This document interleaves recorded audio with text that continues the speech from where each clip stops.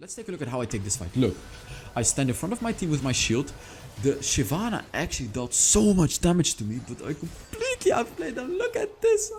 You always want to rotate, as I'm doing right here. Like, look, we're winning fights. Easy. And again, I'm 1 HP. Yo, what is up, guys? Welcome to another Wild Rift video. And today, I have a crazy Braum video for you guys, okay? I'm not gonna spoil it like always, but basically, such beautiful play. I'm gonna explain the build of Braum first. If you want to skip out the build part, timestamps in the description to skip to the gameplay immediately. By the way, I'm giving away 7 skins this month. All you gotta do, put down a comment under this video and under other videos that I upload on April. I will pick random winners.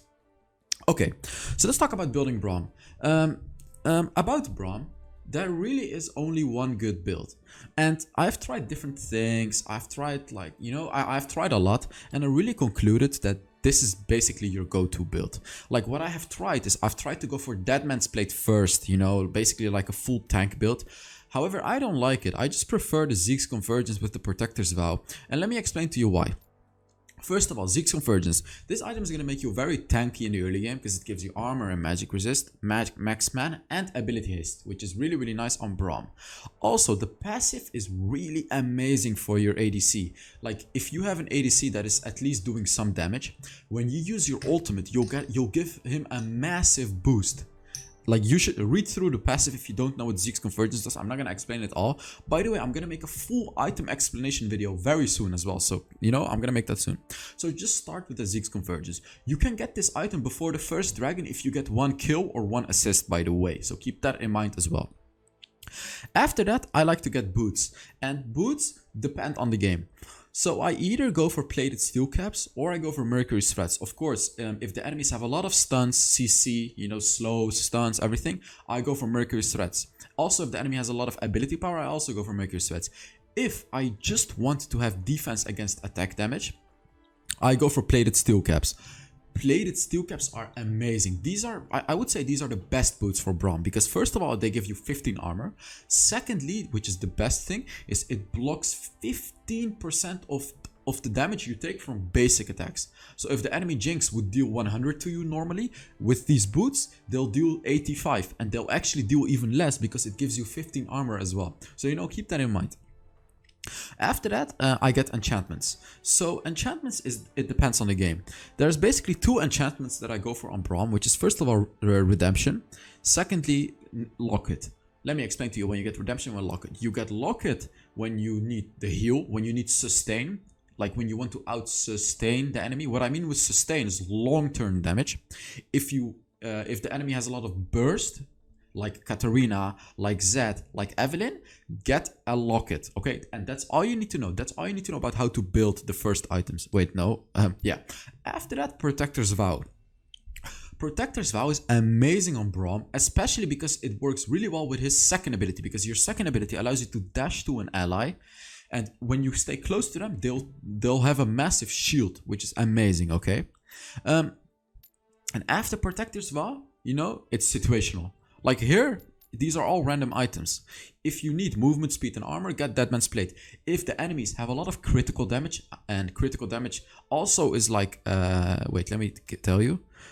This item as well, Infinity Orb, also deals critical damage. So you will also reduce, I'm pretty sure it works on this item as well. I have to test it, but it's like if the enemies have Infinity Orb, it should take reduced damage from that too.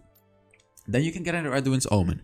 If the enemies have a lot of ability power, and if your team has a lot of ability power too, get Abyssal Mask. This item is pretty underrated because what this item does is when you go into the enemy, like get close to them, they are gonna take 15% bonus magic damage. This, like as I said, this is really good if your team has a lot of magic damage. Okay, keep that in mind. Now, of course, you can go for Spirit Visage. Go for Spirit Visage if someone can heal you in your team, but you are already the support, so it doesn't really make sense. Like, I never go for this. Thornmail is good to have anti-healing. Like, if the enemies have a lot of heal, you can get a Thornmail, which is very, very nice. It just depends. Warmog can be a very nice last item, and let me tell you why Warmog is especially underrated on Braum. And this will bring me to the runes immediately. So Warmog gives you 700 max health. and of course the passive of Warmog, which restores your health. But let's look at the runes. The first thing you want to run on Braum is Font of Life. You always want to run this rune. I mean, you can run Aftershock as well, but you don't really need the bonus tankiness. Font of Life is really, really good on Braum, and this is a very underrated rune. So let me read it for you. Impairing the movement of an enemy champion, so slow, stun, anything like that, you know, Braum's first ability triggers Font of Life and his ultimate. It marks them. Allies who attacked marked enemies, they heal based on your max health. They will heal equal to 3% of your max health. So as you can see, the Warmog gives you 700 max health. So this will equal into 21 bonus healing. Like on top of all the healing they're already going to receive, Warmog alone is going to give them 21 bonus healing. And this might not sound like a lot, but when you use your ultimate on like 3 or 4 enemies, they are all going to get marked by Font of Life. So all your allies are going to take bonus health. So you always want to go for Font of Life on Braum. Secondly, weakness, because Braum's first ability slows the enemy, so they're going to take 5% bonus damage then. And of course, after your ultimate. This is by far the best one you should go for. And here, loyalty. Like every other support, you should pretty much always go for loyalty here. And here, honestly, like, you could go for Hunter Genius. I don't like it, however. I have even seen some people run Mastermind on Braum, believe it or not. Like, I've genuinely seen people run Mastermind. But, you know, for a safe pick, just go for Pack Hunter, because this is going to give you a little more movement speed when chasing an enemy. And, of course, it's going to give you an ally gold for taking down an enemy when you get an assist. And with your spells, get a heal. I mean, you can get an ignite, but I don't really recommend it on Braum. Just take a heal, okay? So let's get into the gameplay. Alright, guys, so this is Braum. This is not live, by the way. This is me rewatching the game. And oh my god, this was a good Braum game. You guys are gonna love this video. Now I'm telling the Mundo to not go here, by the way, because he went to the wrong lane. Let me tell you why you're really gonna love this video, because the moves that I make in this game, like I think I did I even make any mistake in this game? Maybe one or something. You need to see how I play this game, okay? You just really need to see it. And I really hope that I can convince you that supports can actually carry games. Like, I really hope this game is going to show you that supports can carry games, because they really can. Also, I'm going to make an Alistar video soon too, showing you that Alistar can also carry. Like, I've already showed you that you can carry on Janna. Now I'm going to show you that you can carry on Braum. And I'm also going to show you that you can carry on Alistar, okay? So just, you know, these support videos are more exciting than you might think. So in the early phase of the game, as a Braum, you know, upgrade your first ability. And as you can see, this is exactly what you want to do. Just hit your first ability on the enemy, you know, just poke them. And ideally what you want to do is poke them when your ally can hit them too, because, you know, then they can proc your ice stacks. So if the enemy takes 4 basic attacks, they will actually get stunned for like 1.5 seconds. That's how Braum's passive works. So if Braum basic attacks an enemy, or if you use your first ability on an enemy, you will get the ice stacks, you know, the ice. And if the enemy has 4 stacks, they will get stunned, which is really huge. Like this is gonna get you kills when playing Braum. Okay, so let's talk about the next fundamental thing on Braum, which is obviously his third ability, okay? This is the core of Braum. This is what makes Braum Braum, right? So, of course, this ability puts like a shield in front of you, and it blocks all projectiles and almost all damage. Now, how do you use it? Let me tell you how you use it in this matchup that we have right now. We're against an Alistar and a Xayah.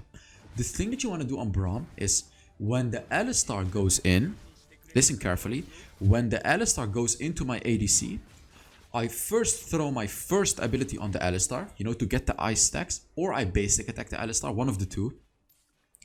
Then I put my shield in front of me. Look. This is what you want to do. We actually still failed, but this is what you want to do. And what I actually failed is I didn't hit my first ability on the Alistar. If I hit my first ability on the Alistar there, before actually channeling my shield, look at this, by the way. Look, we get the stun and we get the kill. And this is all because of my passive. We won this whole fight, we won this 2v3 because of my passive. This is how strong Braum is, guys. And this is what enemies underrate severely. Like, look at this. I died, but we got 3 kills on the Jinx. And I really suggest you to rewatch that part, because what I did is when the Alistar dived in, I threw my first ability on her, and then Jinx was easily able to stun the Alistar and kill him under the turret. And that was like, that's what you can do on Braum, guys. You know, enemies cannot dive you. You need to be able to defend your ADC when you're playing Braum, and this stun is going to be absolutely amazing. So I was talking about how you need to play as a Braum. So as I said, in that play I did it perfectly, except for hitting my A. If I actually used my first ability, we might have won that trade. Like, as you could see, we actually lost the trade pretty hard, which was pretty weird. It was my fault that we lost it, right? It was my fault because I didn't hit the Alistar. I should have definitely done it. It's a huge part of Braum, guys. Huge, huge, huge. His passive is a huge part of Braum. And if you don't utilize his passive, you're not gonna win. You know, you're not gonna win these fights.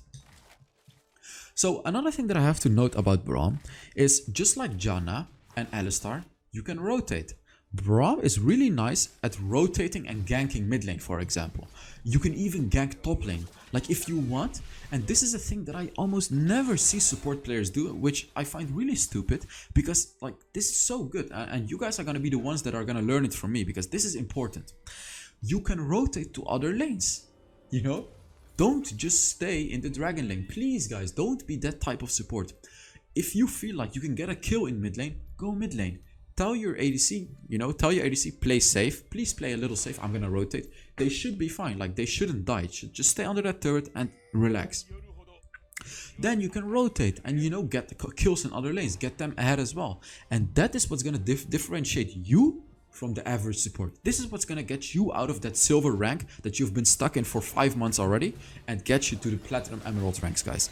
Please be the rotating support. Let's take a look at how I take this fight. Look, I stand in front of my team with my shield. The Shyvana actually dealt so much damage to me, but I completely outplayed them. Look at this. I was like 1 HP easily hit. Like, oh, beautiful play. Beautiful, beautiful. I just kept up my shield in front of my team. I used an ultimate on like 2 or 3 enemies, and my team was able to easily clean it up. So another thing to note on Braum is his ultimate is not only a knock up. You know, you might think his ultimate is all meant to knock the enemies up, but a thing that some people forget is that his ultimate actually puts down ice on the ground, which slows the enemies for 3 seconds. So look at what I'm telling my team here. This is some very important macro knowledge. Shyvana has already used her ultimate. What do I tell my team? Fight. I tell my team, fight now. You know? So take a look at, like, look, we're fighting and Shyvana does not have ult. It's just 2v4 for some reason, because the rest of my team is not here. And, you know, I'm just running away from my life, as you can see. They're all chasing me, which allowed my team to get a kill in the back line. Now let's take a look at what's gonna happen. This was a smart call, of course. Even though we were 2v4, we're still winning this fight because Shyvana's not. Look at the Shyvana. Shyvana is so desperate. She tried to smite the dragon, but she just failed. Like, she just died. You know, she ran into her death because she did not have ultimate. If Shyvana had ultimate here, she would have probably killed us all. But that is why I called the dragon. You know, you really need to pay attention to the ways that I call objectives as well. Look at the enemies.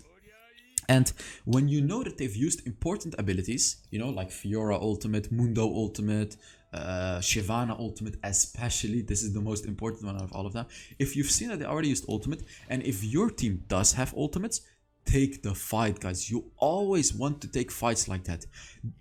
Please look at ways of winning fights, you know, look at advantages that you have in the game and take advantage of that. Don't just fight blindly, you know, don't just go in because you want to go in. Go in because you think you're going to win the fight. And this is a really important thing to understand to become better at the game. Really, really, really important, guys. So as you can see here, I'm in the mid lane, you know, I'm leaving my Jinx alone. I just want to put a lot of pressure on the Ziggs right now. So let's take a look. Alistar actually joins me. But like, as you can see, we are definitely winning this. Like, we're winning this fight. I have my shield ready. Boom. Actually, the Ari didn't go behind me properly, so she still took damage, which is pretty stupid. So here, like, this is a way that you can play on support. I'm not in the dragon lane. Again, look. I use my ultimate, I slow all the enemies, and we kill the enemies because I'm here. If I was not here, we would not have been able to get a kill. This, like, Please guys, again I'm gonna repeat it. Don't be the type of support that stays in bot lane. Please don't be that guy because it's not good. You always want to rotate as I'm doing right here. Like look, we're winning fights easy, and again I'm 1 HP. Again I'm 1 HP. Like every time 1 HP. Perfectly calculated every time. So good. By the way guys, I swear I love reading the comments on my YouTube channel. I see so many funny comments and so many cool things. Like you guys are seriously the best. Like as I said in the previous video, I read through the comments every day, and I do it almost always in the morning, which and oh my god, it's the best thing that I ever do, reading these comments. Like there was this meme comment about Nasus which I posted in my Discord server and on my Twitter. By the way guys, follow me on Twitter if you want to see my tweets, right? Because I tweet funny stuff, funny things on Twitter every once in a while. So make sure to follow me, link in the description. Also, you know, now that we're plugging the Twitter, I also have a special Instagram account for for my, like, I have a special Instagram account for my YouTube channel. So make sure to follow that too. It's like HellsDevil and then the lowercase thingy. So, you know, make sure to follow it if you really... And again, look, I'm again 1 HP. That is so thick. Every time I'm 1 HP. Every time I'm 1 HP. Like, I'm calculating everything perfectly every single time. I mean, there's, of course, a bit of luck as well. But, like, I'm playing so clean in this game. I'm doing everything I can in the team fight. I'm tanking as much damage as I can. Oh, that Alistar killed the Jinx. And the way that he did it is... he healed himself, but he used the bonus movement speed that you get from the heal, and that's how he killed the Jinx. That was beautiful. So let's take a look. Again, I'm in mid lane. Guys, I am not in bot lane. This is my... wow, I actually missed. That's really stupid. This is my style of playing support. Now, this is the... like, I don't want to say this is the right style, but this works really well for me. Like, when I play support, I always roam to the other lanes, so I'm gonna teach you to do that too, right? Because it works really well for me, and I hate seeing, like, when I'm playing jungle, mid, or bot lane or anything, I hate seeing my support being in his lane all the time. Like, it's so annoying. Do you know how nice it is if suddenly the support is ganking mid lane? Like, if you can get a kill as a support in the mid lane, your mid laner is gonna be so thankful for you. Like, really, you're gonna love it. You're gonna love this, guys. So please do it in ranked. Like, just do it. Look at how I do it and play like this as well. And I was talking about the ultimate, by the way. So the way that you need to use the ultimate is use it in choke points, you know. Of course, it's nice to knock the enemies up, but also utilize the slow from the ultimate. Use it in a choke point so the enemies have to run through your slow, because this is absolutely huge. If they have to run through your slow, of course. We're actually all 1 HP here, so we all did a really clean fight. Look at this, everyone is 1 HP and no one died. Like, this game has been so clean. We are 23 on 4, and like so many times we've been at 1 HP. Like, this is perfect play by us. So good. Team playing super well. So take a look. I'm deciding what item I want to get. So what am I gonna go for? I am gonna go for Force of Nature, and let me tell you why. Because the enemies have a Ziggs, and what else? They have Ziggs, Galio, and what there was another champion, I think. Ziggs, Galio. What is their jungler? I forgot. They have a lot of ability power. Let me just say that, okay? Enemies have a lot of ability power. So I go for the full ability resist item. I actually forgot its name right now already. But this item is gonna make me incredibly tanky in team fights against ability power. Really tanky, and on top of that, my second ability skills with it too. So when I dash to an ally, it's gonna make them tankier too, right?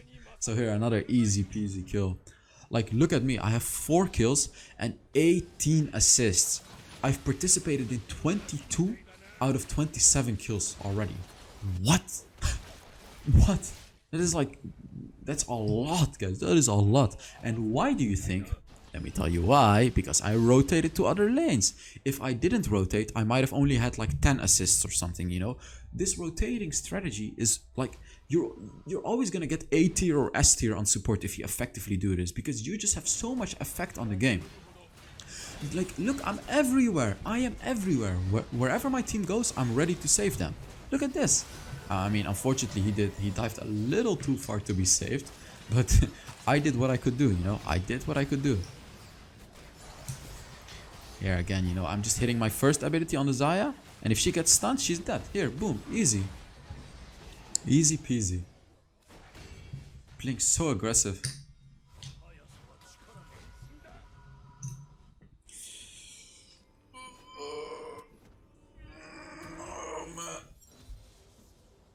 Oh man, my back. Ooh, that felt really good. I guess that one is gonna go on the HellsDevil out of context compilation.